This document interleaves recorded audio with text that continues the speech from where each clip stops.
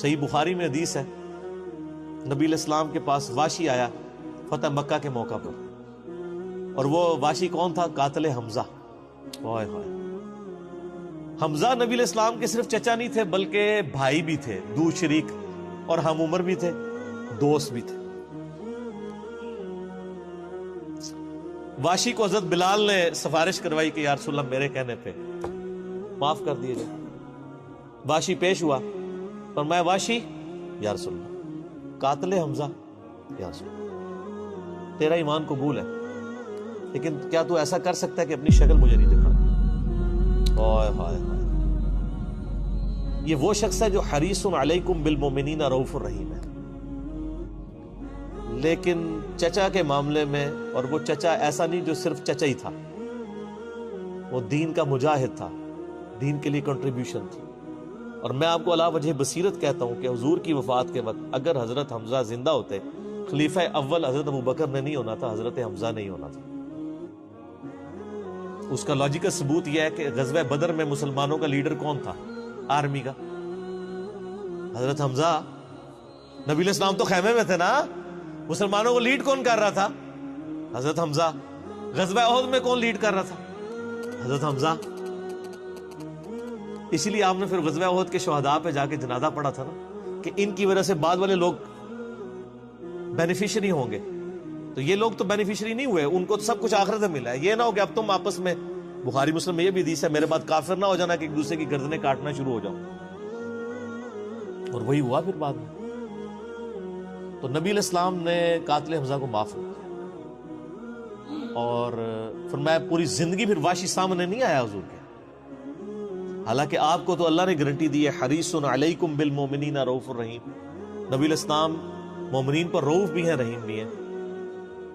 اب میں تھوڑی سی انجینئرنگ کرتا ہوں کہ انسان کو اپنے چچا سے زیادہ محبت ہوتی ہے یا اپنی اولاد سے؟ مطلب اس پہ تو کوئی دوسری رائے نہیں ہے۔ جن جن کے بچے ہیں، یعنی میرے بھی اپنے بچے ہیں، آپ میں سے بھی اکثر لوگ شادی شدہ بیٹھے ہیں، آپ خود انالیسس کر لیں، بلکہ اولاد تو بعض کا انسان کو ماں باپ سے آگے ہو جاتی ہے۔ تو جن لوگوں نے حضرت حمزہ کے ساتھ ظلم کیا اور ان کو قتل کیا، ان کا ایمان قبول نہیں کیا گیا۔ تو جن لوگوں نے حضرت حسین ابن علی کے ساتھ ظلم کیا،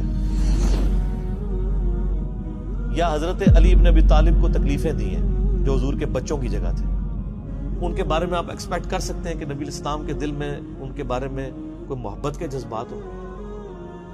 ناٹ ایٹ آل۔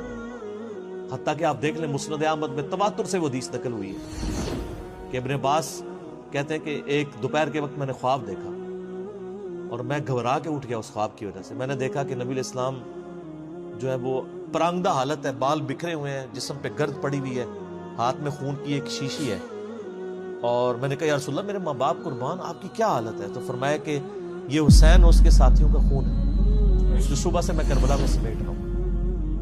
اور یعنی ایک اللہ کی طرف سے دکھایا گیا یہ تشبیہ، یعنی ایک لادہ سے ایک محکمہ خواب کے محکمہ بالکل الگ سے۔ آپ مجھے خواب میں آئے تو آپ کو نہیں پتا ہوگا کہ آپ میرے خواب میں آئے، یہ اللہ تعالیٰ تمثیلاً دکھاتا ہے۔ اور نبی علیہ السلام کو خواب میں دیکھ رہا ہے کون؟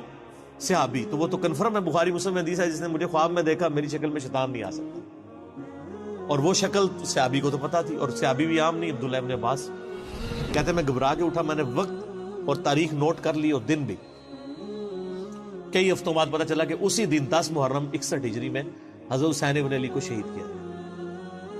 تو حسین ابن علی کی وفات کے اوپر یہ ابن عباس کو خواب میں آنا، حضور صلی اللہ علیہ وسلم نے انڈیکیٹر دے دیا نا، اسی حدیث کو نقل کر کے اسماعیل دہلوی، جس کو دیوبند اور اہل حدیث جو اس وقت پریکٹیکلی یعنی ایک سمجھ لیں کہ یزید کے ٹھیکیدار بنے ہوئے ہیں اس کے دفاع کے اوپر، ان کے مشترکہ امام ہے اسماعیل دہلوی، شاہ ولی اللہ دہلوی کا پوتا۔ اس نے جو کتاب لکھی ہے نا تقویت الایمان، جس میں گستاخیاں بھی ہیں،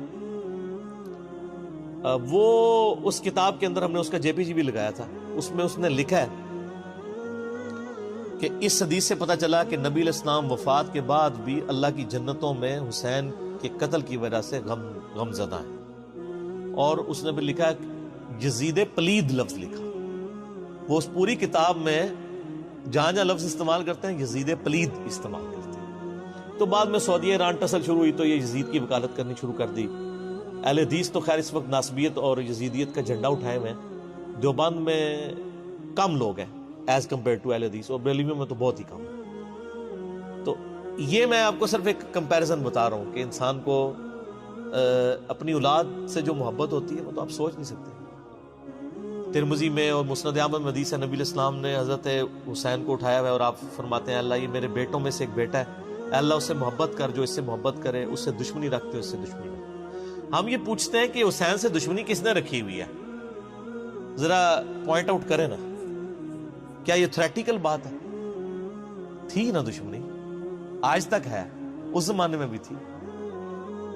تو وہ ان لوگوں کو پھر ان کے ساتھ کیا معاملات ہوں گے. باقی واقعہ کربلا والا ریسرچ پیپر 5B پڑھ لیں تو آپ کو معاملات کلیئر ہو جائیں گے. تو یہ غل کے اوپر میں نے بات کی, اور اس کے اوپر بعض لوگوں جو ہیں وہ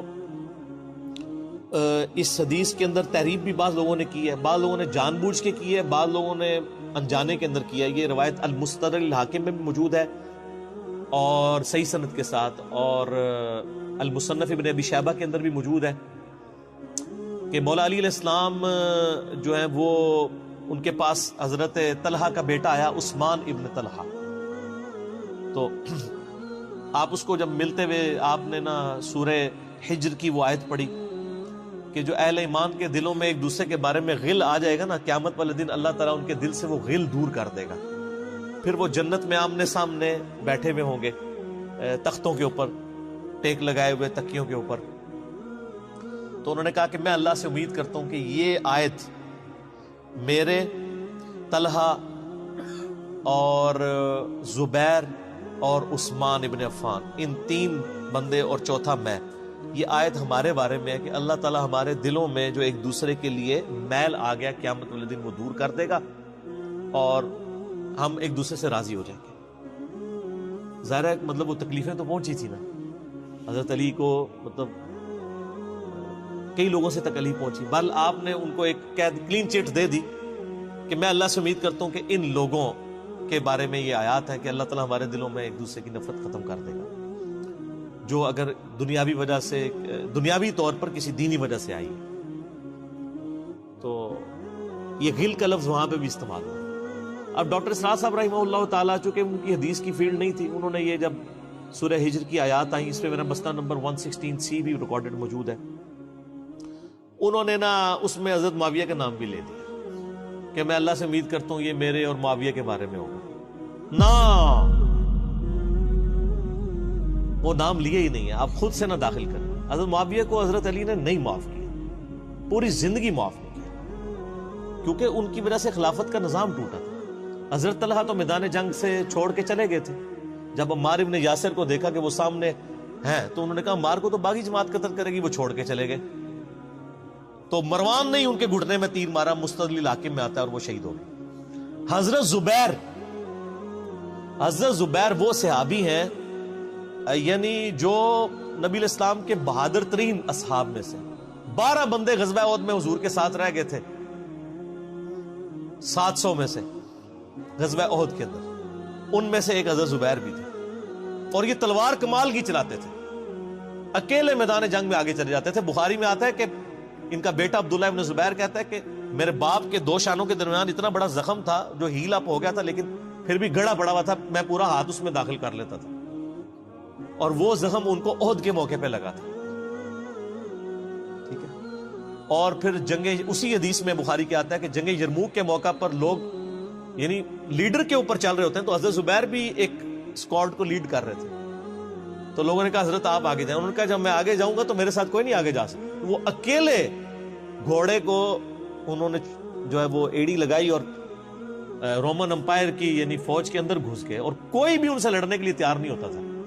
اتنی بہادری تھی ان کے اندر. لیکن جنگ جمل میں حضرت علی کے مقابلے پہ آ گئے.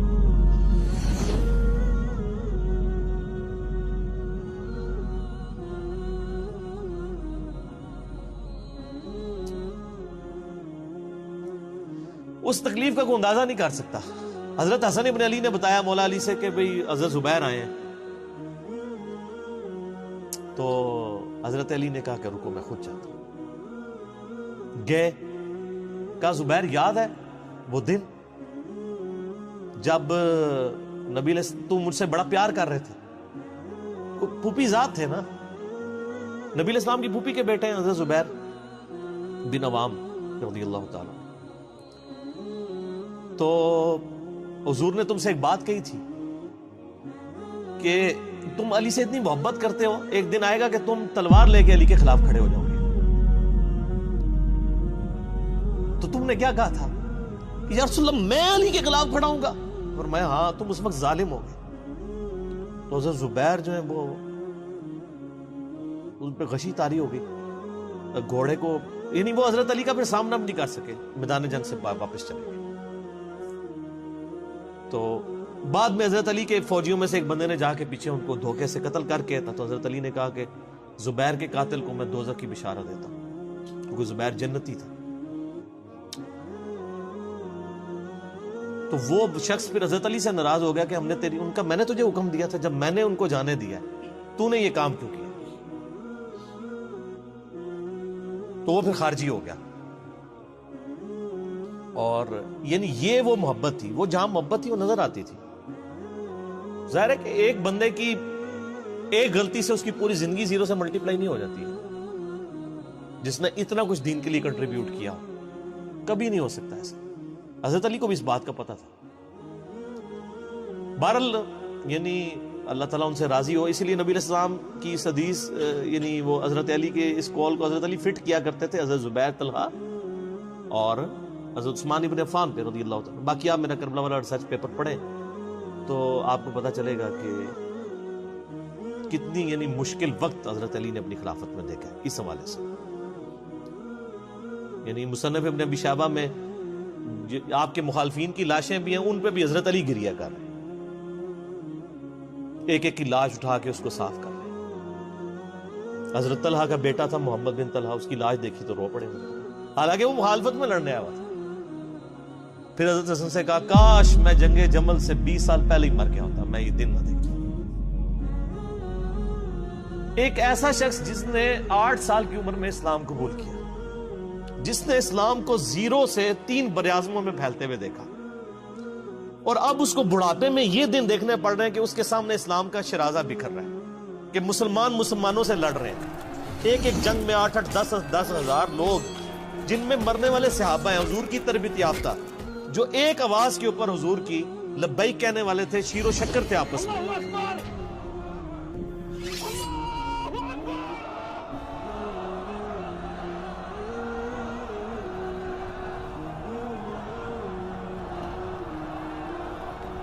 آپ اندازہ کر سکتے ہیں. اسی لیے حضرت علی جو ہیں وہ یعنی کوفے میں شہر سے باہر آپ کو پتہ ہے کنویں ہوا کرتے تھے، اکیلے جا کے کنویں پہ بیٹھ کے رویا کرتے تھے کہ اللہ اس امت کے ساتھ کیا ہو گیا. کوشش کرتے رہے، اینڈ رزلٹ یہ ہے کہ وہ خلافت کا نظام. اسی لیے مصنف ابن ابی شیبہ میں آتا ہے کہ آپ نے فجر اور عشاء کی نمازوں میں قنوت نازلہ پڑھی، اللہم علیک بمعاویہ واشیاءہ، اے اللہ معاویہ اس کے شیعہ کو برباد کر، علی اور اس کے عمرو بن عاص اور اس کے شیعہ کو، ابا سلمی اور اس کے شیعہ کو، قیس اور اس کے شیعہ کو برباد کر. باقی احادیث میں آپ علیہ السلام نے جو بشارت کر دی تھی، سنن صحیح کبریٰ کے اندر حدیث موجود ہے، حاکم کے اندر، کہ نبی علیہ السلام نے حضرت علی سے ایک دن فرمایا تھا، اے علی اگلی امتوں میں سب سے بڑا بدبخت وہ تھا جس نے قوم عاد کی اونٹنی کو قتل کیا اور اس کے بعد عذاب آ گیا. میری امت کا سب سے بڑا بدبخت وہ ہوگا جو تیرے سر کے خون سے تیری داڑھی کو رنگ دے، اور وہی ہوا ہے. اور اس کے بعد پھر دیکھیں امت ایک جگہ جمع نہیں ہوئی ہے. حضرت علی ایک آخری کوشش تھی، اور جن لوگوں نے اس وقت ساتھ نہیں دیا پھر ان کو دنیا میں اس کا خمیازہ بھگتنا پڑا ہے. عبداللہ بن عمر نے بیعت نہیں نہ کی تو صحیح بخاری اٹھا کے دیکھیں، عبداللہ بن عمر کو آل امیہ نہیں قتل کروایا، حجاج بن یوسف نے زہر آلود نیزہ مروا دیا. اور حاکم کے اندر مجموع الزوائد کے اندر موجود ہے، حضرت عبداللہ بن عمر آخری عمر میں کہا کرتے تھے کاش میں اس وقت علی کا ساتھ دیتا اور یہ خلافت کا نظام تو بچ جاتا. کیونکہ کئی لوگ بیچ میں نیوٹرل ہو گئے تھے جو پھر ساتھ نہیں دیا، تو اس کی وجہ سے پھر حضرت علی کے چونکہ اب پاس اتنی مین پاور نہیں تھی کہ اس سسٹم کو سنبھال سکتے، بال پھر وہ شہید ہو گئے اور پھر معاملات آگے. خیر بات کہاں سے کہاں نکل گئی، کیونکہ یہ اس کے ساتھ غل کا لفظ تھا تو یہ غل کے لفظ کو ایڈریس کرنا ضروری تھا. تو آج ہم جب جنگ جمل صفین نہروان کو ڈسکس کرتے ہیں تو یہ کوئی غل والی بات نہیں ہے، یہ وہ چیزیں ہیں جو ایک ریالٹی ہیں، اور وہ اگر یہ غل والی بات ہے تو نبی الاسلام کے دل میں بھی نعوذ باللہ غل تھا، مولا علی کے دل میں بھی غل تھا، ایسا نہیں تھا۔ وہ دین کی حمیت کہلاتی ہے، اس کو غل نہیں آپ کہتے۔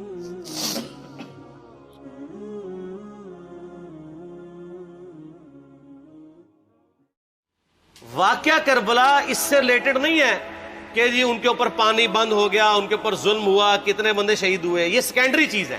اصل چیز ہے کربلا ہوئی کیوں نبی علیہ السلام کی محنت کو 50 سال کے اندر اس لیول تک پہنچا دیا گیا کہ ہزاروں صحابہ زندہ ہیں اور نبی صلی اللہ علیہ وآلہ وسلم کی پوری اولاد ذبح کر دی جاتی ہے۔ ہم تو یہ کہہ نہیں رہے کہ کیسے ذبح کیا انہوں نے، آری چلائی تھی یا تلوار چلائی تھی، یہ تو واقعہ کربلا تو سب کو پتہ ہے، ان کی شہادت بھی سب کو پتہ ہے۔ جامعہ ترمذی میں حدیث ہے حسن و حسین جنتی نوجوانوں کے سردار ہیں، اور ان کی والدہ جو ہے وہ جنتی عورتوں کی سردار ہیں، اور المستدرک الحاکم میں حدیث ہے حسن و حسین جنتی نوجوانوں کے سردار ہیں اور ان کے والد ان سے بھی بہتر ہیں۔ تو یہ تو ڈیفینٹ حدیثیں ہیں، یہ تاریخ تو نہیں ہے، نبی علیہ السلام کے فرامین ہیں۔ تو ان کی موجودگی میں ان کے ساتھ یہ کچھ کیا جائے تو ہم نٹی گریٹیز میں نہیں پڑھتے، ہم اس تھیم کے اوپر کہ یہ کون سی چیز تھی جس نے خلافت راشدہ کو ملوکیت میں بدل دیا، ہم اس تھیم کے اوپر بات کرتے ہیں۔ ہم کہتے ہیں چھوڑ دیں، بندے ہندے چھوڑیں، الٹیمیٹلی کیا نکلا ہے، کس کی وجہ سے ہوا ہے، وہ تو احادیث کی کتابوں میں موجود ہے۔ ہم کب کہہ رہے ہیں خفیہ کیمرے لگا گئے جی کس نے گولی پہلا تیر کس نے چلایا، یہ وہ ہم تو بتا رہے کس کے دور حکومت میں ہوا اور ان کا اپنا کردار کیا تھا، اس کو کس طریقے سے لا کے تخت پہ بٹھایا گیا، وہ ساری کی ساری چیزیں تو سامنے ہیں۔ وہ تاریخ کی کتابیں نہیں ہیں، حدیث کی کتابیں ہیں۔ اگر آپ کہتے ہیں کہ بخاری مسلم سے ہم نے صرف رفع الیدین کی حدیثیں لینی ہیں یا ایمانیات کی حدیثیں لینی ہیں اور باقی جو بخاری اور مسلم میں آل امیہ کی بدماشیوں کو ننگا کیا گیا ہے وہ ہم نے نہیں لینی ہے، تو سر پھر آپ اپنے آپ کو کلیئر کٹ، پھر ہم آپ سے واقعہ کربلا نہیں ڈسکس کریں گے، حجیت حدیث میں بات کریں گے۔ آپ کو اپنے آپ کو منکرین حدیث کہنا پڑے گا، یہ آپ اسکروٹنگ کیسے کریں گے؟ اس سے بڑی بات مجھے یہ بتائیں کہ عظمت صحابہ بڑی چیز ہے یا عظمت محمد رسول اللہ صلی اللہ علیہ وآلہ وسلم؟ تو بریلوی یہی تو رونا رو رہے ہیں، وہ کہہ رہے ہیں کہ قرآن میں تھوڑی آیات ہیں، آپ پھر مڑ مڑ کے پڑھتے ہیں قل انما انا بشر مثلکم، اس میں تو نبی علیہ السلام کی تنقیص ہو رہی ہے۔ تو ہم ان کو کیا کہتے ہیں کہ تنقیص مقصد نہیں، نعوذ باللہ نہ ہو رہی ہے، آپ افضل البشر ہیں لیکن آپ کی سپیشیز بشر ہے، یہ ہم اپنا عقیدہ سمجھتے ہیں، وہ اس کو تنقیص شمار کرتے ہیں۔ تو پھر اس وقت آپ بھی بریلویوں کی بات مان کے تو یہ آیات پڑھنا چھوڑ دیا کریں۔ آپ کہتے ہیں نہیں آیات ہے کیوں نہ بیان کریں، تو ہم بھی کہتے ہیں احادیث ہے کیوں نہ بیان کریں کہ صحیح بخاری میں حدیث ہے 2812 عمار کو ایک باغی جماعت قتل کرے گی، وہ جماعت دوزخ کی طرف بلا رہی ہوگی اور عمار ان کو اللہ اور جنت کی طرف بلا رہا ہوگا۔ اب اس کے نرغے میں جو جو آتا ہے وہ آئے، میں اپنے نبی سے ٹکر لے لوں آپ لوگوں کے منہ کا خیال رکھتے ہوئے کہ میں نبی علیہ السلام کو کہوں کہ آپ نے کیوں ایسی بات کر دی کہ مولا علی کے مخالفین کو آپ نے دوزخ کی طرف بلانے والی جماعت کہہ دیا، تو لیں آپ ٹکر، جائیں سیدھا دوزخ میں، اور تھوڑی جرت کریں آپ یہ کہا کریں کہ اے اللہ، اپنے لیے کہا کریں کہ اللہ تعالیٰ آپ کا حشر یزید اور یزید کے آباء و اجداد کے ساتھ کرے اور اس کی اولاد کے ساتھ۔ ہم کہتے ہیں کہ اللہ تعالیٰ ہمارا حشر جو ہے وہ مولا حسن حسین، مولا علی علیہ السلام اجمعین اور اہل بیت کے ساتھ کرے، آمین۔ اور آپ میں تو اتنی جرت نہیں آپ یہ بات بھی کر سکیں کیونکہ ان کو پتہ ہے۔ تو نبی علیہ السلام کی احادیث کو بیان کرنے کو یہ سمجھتے ہیں کہ جی اس سے مصیبت کھڑی ہو جائے گی، تو اپنے آپ کو منکرین حدیث ڈکلیئر کریں، پھر حجیت حدیث کا مقدمہ ڈسکس ہوگا، پھر کربلا نہیں ڈسکس ہوگی۔ اور یہ ٹی وی پہ بھی آ کے مولوی بیٹھے ہوتے ہیں، سنیوں کے بھی شیعوں کے بھی، مڑ مڑ کے جی وہ یزید نے یہ کر دیا، وہ یزید نے کیا کیا ہے یار؟ وہ تو سسٹم کا نمائندہ بن کے آیا جو پیچھے سے خراب تھا۔ یزید کو لے کے بیٹھے ہیں، یزید یزید یزید یزید، بھائی پیچھے سے معاملہ خراب ہوا۔ اگر نہیں یقین آتا تو یہ بخاری مسلم کی میں نے آلموسٹ 200 سے زیادہ حدیث مین اسٹریم کی کتابوں سے اکثر بخاری مسلم جمع کیے، پڑھے، اور سر میں نے تو ان کو چیلنج دیا ہے یہ حدیثیں پڑھ کے نا اپنے ممبروں سے صرف ان حدیثوں کی تشریح اپنی پبلک کے سامنے کر دیں، نہیں کر سکتے۔ تو وہ لعنت کے مستحق تو ہو رہے ہیں حق چھپا کے، اور قیامت دن کے منہ پہ لگام ڈالیے، اور پھر مڑ مڑ کے کہتے ہیں نہیں جی وہ کچھ چیزیں خاص ہوتی ہیں وہ عوام الناس کے سامنے نہیں کرنی چاہیے، وہ صحابہ کرام بھی بعض اوقات ایسی باتیں پبلکلی نہیں کرتے تھے۔ میں نے اس کے اوپر بڑا ایک میرا کلپ ہے یوٹیوب پہ، مولا علی سے متعلق 5 جھوٹ، تو میں نے کافی ساری چیزیں اس میں ڈسکس کی ہیں۔ لیکن میں یہ کہتا ہوں کہ اللہ کے بندو، جو چیزیں نبی علیہ السلام نے منع کی ہیں بیان کرنے سے، وہ تو ہم ڈسکس کر بھی نہیں رہے۔ میں نے آج تک آپ کو منافقین کے نام بتائے؟ آپ نے حذیفہ ابن یمان کو بتایا تھے نا آپ صلی اللہ علیہ وسلم نے، صحیح بخاری میں آتا ہے، تو میں نے آپ کو بتایا، آپ رازدار رسول تھے، وہ ختم ہوگی بات۔ میں نے کبھی ڈسکس کی ہے؟ اگرچہ میں نے صحیح مسلم کی حدیث 7035 نمبر ڈسکس کی ہے کہ نبی علیہ السلام نے فرمایا میرے صحابہ میں 12 منافق ہیں، وہ کبھی بھی جنت میں داخل نہیں ہوں گے یہاں تک کہ سوئی کی ناکے سے اونٹ نہ گزر جائے، اور ان میں سے 8 ایسے ہیں جس کی کمر پہ دوبیلا پھوڑا نکلے گا۔ میں نے آج تک آپ کو بتایا کہ کس کس کی کمر پہ دوبیلا پھوڑا نکلا اور اس کی موت اسی پھوڑے میں ہوئی ہے؟ بتایا؟ تو میں تو وہ چیزیں ڈسکس بھی نہیں کر رہا، میں وہ چیزیں ڈسکس کر رہا ہوں جو نبی علیہ السلام نے علامات النبوہ میں بتائی ہیں۔ یہ امام بخاری حدیث نبوت کی دلیل کے چیپٹر میں لے کے آئے ہیں، اور امام بہقی نے 3500 احادیث پر مشتمل ایک کتاب لکھی ہے دلائل النبوہ، کہ ہم نبی صلی اللہ علیہ وسلم کو نبی کیوں مانتے ہیں، اس کے اوپر، اور اس میں یہ ساری حدیثیں عمار بن یاسر کے قتل والی لے کے آئے ہیں، بتانے کے لیے کہ دیکھیں ہمارے نبی علیہ السلام کی نبوت کی دلیل ہے کہ آپ نے اپنی وفات کے آلموسٹ 30 سال کے بعد ہونے والے واقعے کو پہلے ہی بتا دیا۔ یہ حدیثیں چھپانے والی نہیں، بیان کرنے والی ہیں، علامات النبوہ کی حدیثیں۔ آپ کہتے ہیں چھپائیں، اگر کوئی حدیث دنیا میں نہیں چھپائی جا سکتی نا تو وہ علامات النبوہ والی حدیث ہے، کیونکہ وہ تو نبی صلی اللہ علیہ وسلم کی نبوت کو جسٹیفائی کرتی ہے۔ ورنہ میرا ایک معصومانہ سوال ہے کہ نبی صلی اللہ علیہ وسلم نے یہ باتیں کر کے ان کے زوم میں نعوذ باللہ امت کو مصیبت میں ڈال دیا۔ آپ نے خود ہی فرمایا کہ یہ ہوگا، کیوں فرمایا آپ نے؟ میں تو بیان کر کے مجرم ہوں، تو جس نے مجھے خبر دی ہے ان کے بارے میں آپ کا کیا خیال ہے؟ یہ مسند احمد کی حدیث یہ میں نے گھر بیٹھ کے بنائی ہے کہ میری بیوی کا کیا حال ہوگا جس پہ خوف کے کتے بھونکیں گے۔ تو سیدہ عائشہ سے مجھ سے زیادہ نبی علیہ السلام کو محبت تھی، لیکن آپ اللہ کے پیغمبر تھے، آپ نے اپنے گھر کی خبر بھی نہیں چھپائی، بتا دی کہ یہ ہوگا۔ اور اس سے بڑھ کے آپ صحیح بخاری میں دیکھیں، عمار بن یاسر کا خطبہ ہے، میں نے یہ سارا، پریشان نہیں ہونا، یہ ریسرچ پیپر میں سارا کچھ موجود ہے، اور کوئی چیز بھی ایسی نہیں جو اس میں سکپ ہو۔ صحیح بخاری میں خطبہ ہے کہ عمار بن یاسر کو مولا علی نے بھیجا کوفے میں، کوفے والے نیوٹرل ہو گئے تھے کیونکہ بصرہ سے سیدہ عائشہ آ رہی تھیں، اور وہاں پہ انہوں نے کہا نہ ہم سیدہ عائشہ کا ساتھ دیں گے نہ مولا علی کا دیں گے، تو عمار بن یاسر کو تیار کرنے کے لیے، یعنی وہاں کے جو عوام تھی اس قتال کے لیے مولا علی نے بھیجا۔ تو سیدنا عمار بن یاسر نے وہاں پہ کوفے کے ممبر پہ خطبہ دیا، بخاری کے الفاظ ہیں، اوپر والی سیڑھی پہ عمار بن یاسر نے حسن ابن علی کو بٹھایا، حالانکہ حسن ابن علی سے 4 گنا بڑی عمر تھی عمار بن یاسر کی، 90 پلس ہو چکے ہوئے تھے، 3-4 گنا ان کی عمر تھی، لیکن اہل بیت کا احترام کیا، خود نچلی سیڑھی پہ بیٹھے۔ بخاری کے الفاظ ہیں کہ اے لوگو اللہ نے تمہیں آزمایا ہے، ایک طرف دنیا اور آخرت میں تمہارے نبی کی بیوی ہے سیدہ عائشہ، دنیا اور آخرت میں، یعنی عزت اپنی جگہ قائم۔ یہاں لوگ سمجھتے ہیں کسی کی غلطی آ گئی تو پتہ نہیں کیا ہو گیا، وہ یار اس کا مرتبہ اپنی جگہ ہے، غلطی اپنی جگہ ہے، پیغمبر نہیں ہے وہ۔